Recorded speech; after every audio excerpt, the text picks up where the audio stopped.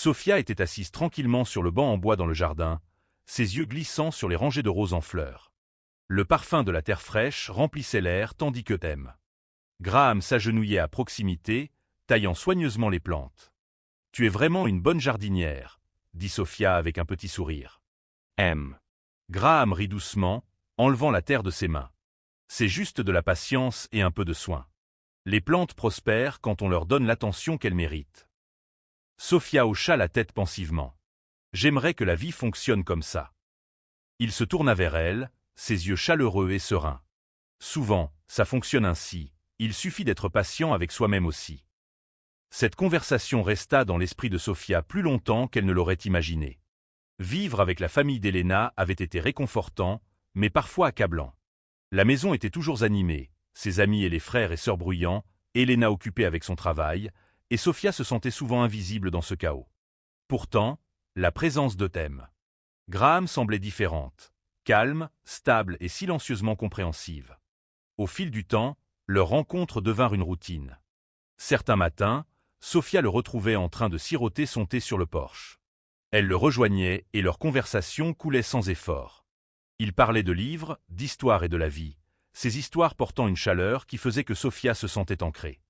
Un soir, après un appel difficile avec son professeur, Sophia se rendit dans le jardin. Graham était déjà là, arrosant doucement les plantes. « Ça va » demanda-t-il en remarquant ses yeux gonflés. « Pas vraiment, » admit elle. « Je ne sais même pas si je suis faite pour ce diplôme. » Il posa son arrosoir et lui fit signe de s'asseoir à côté de lui. « Tu es plus forte que tu ne le penses, Sophia. C'est juste difficile de le voir quand on est au cœur de la tempête. » La tendresse dans sa voix fit serrer la poitrine de Sophia. Elle le regarda, son visage marqué mais chaleureux, ses yeux emplis d'une sagesse tranquille. Sans y penser, elle posa sa tête sur son épaule. « Je suis juste fatiguée de me sentir en retard, » murmura-t-elle. Graham expira lentement et posa doucement sa main sur la sienne. « Tu vas t'en sortir, » murmura-t-il. « Je sais que tu le feras. » Le confort de son toucher envoya une chaleur inattendue à travers elle.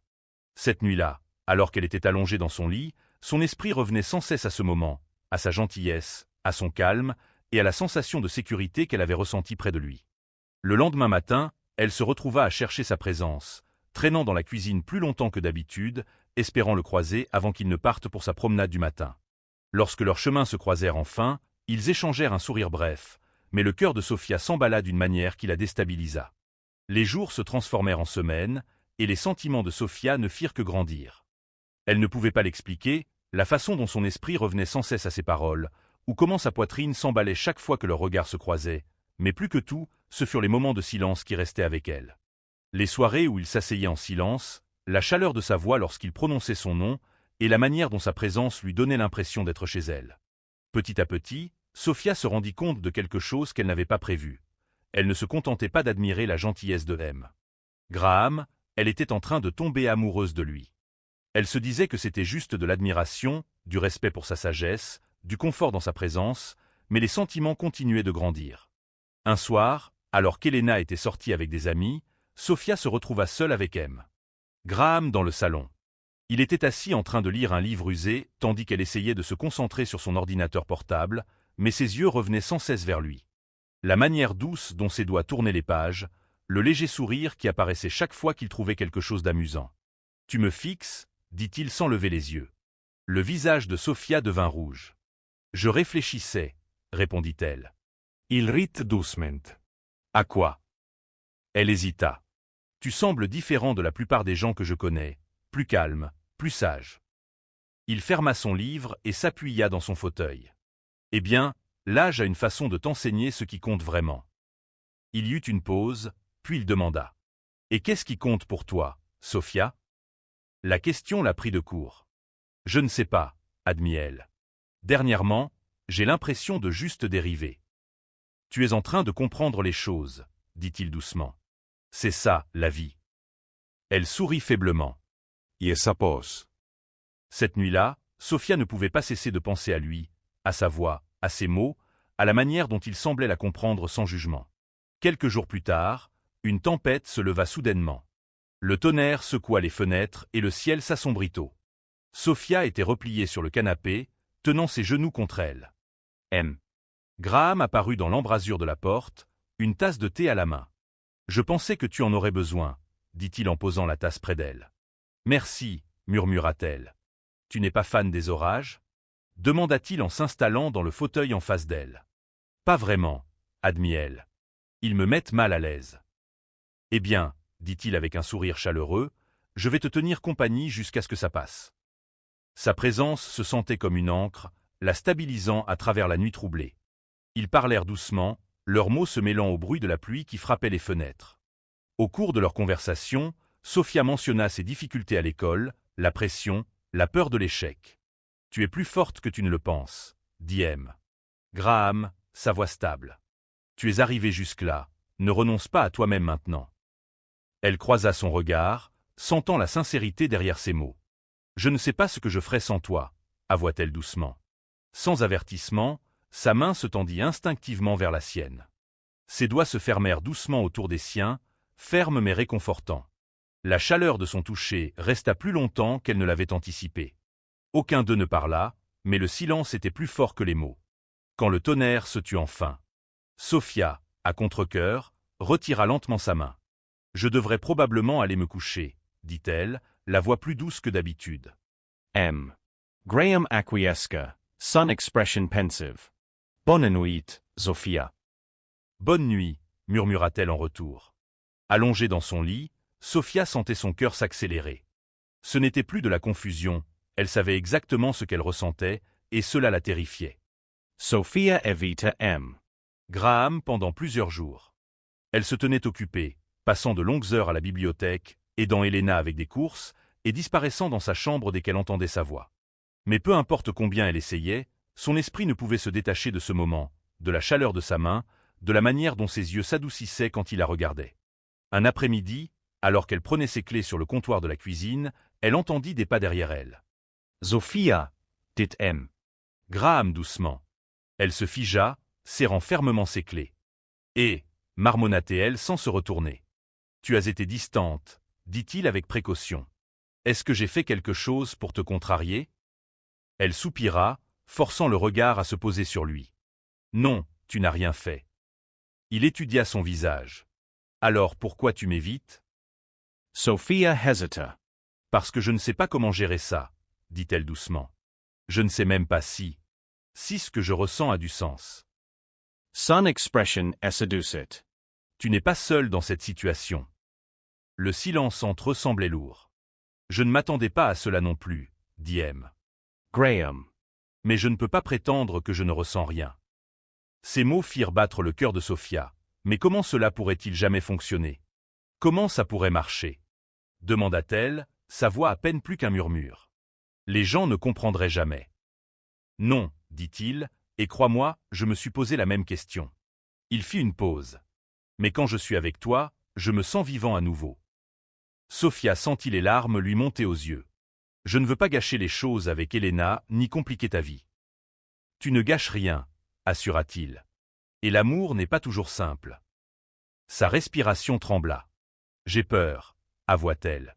Moi aussi, dit-il doucement. Mais je ne veux pas laisser la peur décider de ce qui est juste. Un moment, aucun d'eux ne parla. Puis Sophia prit une profonde inspiration. Yeah. J'ai besoin de temps. Bien sûr, dit-il. Prends tout le temps dont tu as besoin. Au cours des jours suivants, Sophia lutta avec ses sentiments. Chaque pensée de M. Graham venait avec de la culpabilité et de l'incertitude. Et si Helena découvrait? Et si les gens les jugeaient? Mais le moment qu'elle avait passé avec lui, sa gentillesse, sa chaleur, refusait de quitter son esprit. Il n'était pas juste quelqu'un qui la réconfortait, il la comprenait d'une manière que personne d'autre ne faisait. Finalement, elle décida de se confier à Helena.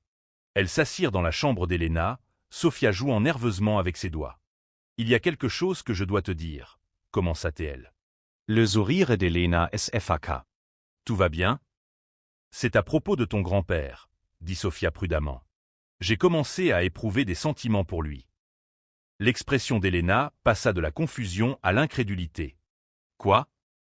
Je sais que ça semble fou, » se précipita Sophia pour expliquer. « Mais ce n'est pas juste un coup de cœur. On a passé du temps ensemble, et je ne peux pas m'empêcher de ressentir ce que je ressens. Pendant un instant, Elena ne dit rien. Puis elle soupira, sa voix plus douce que prévu. Je ne sais pas comment je me sens par rapport à ça, admit-elle. Mais je connais mon grand-père, et je te connais, ni l'un ni l'autre ne feriez quelque chose de téméraire. Tu n'es pas en colère? Demanda Sofia, d'une voix prudente. Je suis surprise, dit Elena. Mais si ça te rend heureuse, je ne peux pas juger ça. Un soulagement envahit Sofia. Merci, murmura-t-elle. Cette nuit-là, alors que Sofia était allongée dans son lit, elle ressentit une étrange sensation de paix. Pour la première fois, elle ne luttait pas seulement contre ses sentiments, elle commençait à croire qu'ils méritaient peut-être d'être vécus. Quelques jours plus tard, Sofia trouva M. Graham dans le jardin, en train de s'occuper tranquillement de ses plantes. Elle s'arrêta près de lui, le regardant soigneusement tailler les feuilles. Il leva les yeux, son expression se radoucissant lorsque leurs regards se croisèrent. « J'ai parlé à Elena, dit-elle doucement. Ses mains se figèrent, et elle fut surprise. Elle a dit oui, poursuivit Sofia. Mais elle ne m'a pas rejeté. Elle veut juste qu'on soit prudent. Un léger sourire apparut sur le visage de M. Graham. Je suis content, dit-il. Sophia s approacha. Je sais que ce n'est pas facile, mais je ne veux pas continuer à fuir ce que je ressens. M. Graham posa ses sécateurs de jardinage et se tourna entièrement vers elle. Moi non plus, dit-il. Mais j'ai besoin que tu sois sûre, Sofia. Ce n'est pas juste un sentiment passager pour moi. Tu comptes vraiment pour moi. Je sais, murmura-t-elle. Et je ressens la même chose. Un moment, ils restèrent là, en silence, l'air lourd d'émotions non dites. Puis M. Graham tendit la main vers elle, ses doigts entrelaçant les siens. Je ne veux rien précipiter, dit-il doucement. Je veux juste être avec toi, un pas à la fois. Elle hocha la tête, le cœur calme pour la première fois depuis des semaines. C'est tout ce que je veux. Au cours des semaines qui suivirent, leur lien devint plus fort. Ils passaient des soirées tranquilles ensemble, partageant des conversations qui semblaient plus profondes que les mots. Sofia se surprenait à sourire davantage, ses journées n'étant plus assombries par le doute. M. Graham lui apportait un réconfort qu'elle ne savait pas qu'elle avait besoin, et elle lui apportait une chaleur qui lui rappelait que la vie pouvait encore offrir des surprises. Un soir, alors qu'ils étaient assis sous la lumière du porche, M. Graham se tourna vers elle avec un regard pensif. « Je n'aurais jamais imaginé trouver quelqu'un comme toi à ce stade de ma vie, avoua-t-il. Tu parles comme si tu étais vieux, taquina-t-elle avec un sourire. Il rite. Je veux dire, dit-il plus sérieusement, je pensais que ma vie était réglée, que tous les grands moments étaient derrière moi. Mais ensuite, tu es arrivé. Sofia sentit son coeur se gonfler. Tu me fais me sentir en sécurité, murmura-t-elle. Comme si je savais enfin où j'appartiens. Il tendit la main, lui passant une mèche de cheveux derrière l'oreille. Tu appartiens ici, dit-il doucement, avec moi. Leur moment ensemble restait discret, privé, loin des regards curieux, mais Sofia ne ressentait aucun besoin de précipiter les choses. L'amour qu'ils construisaient n'était ni hâtif ni incertain. Il était stable, patient et réel. Un après-midi, alors qu'ils se promenaient dans le parc ensemble, M. Graham s'arrêta et se tourna vers elle. « Je sais que ce n'est pas ce à quoi la plupart des gens s'attendent, dit-il, mais je me fiche de ce qu'ils pensent. Je sais juste que je veux que tu fasses partie de ma vie. » Sofia sourit, entrelaçant ses doigts avec les siens. « Moi aussi, je veux ça. » En continuant à marcher, Sofia ressentit une paix qu'elle n'avait jamais connue auparavant. L'amour l'avait trouvée de la manière la plus inattendue, et au lieu de le remettre en question, elle s'autorisa enfin à l'accepter pleinement.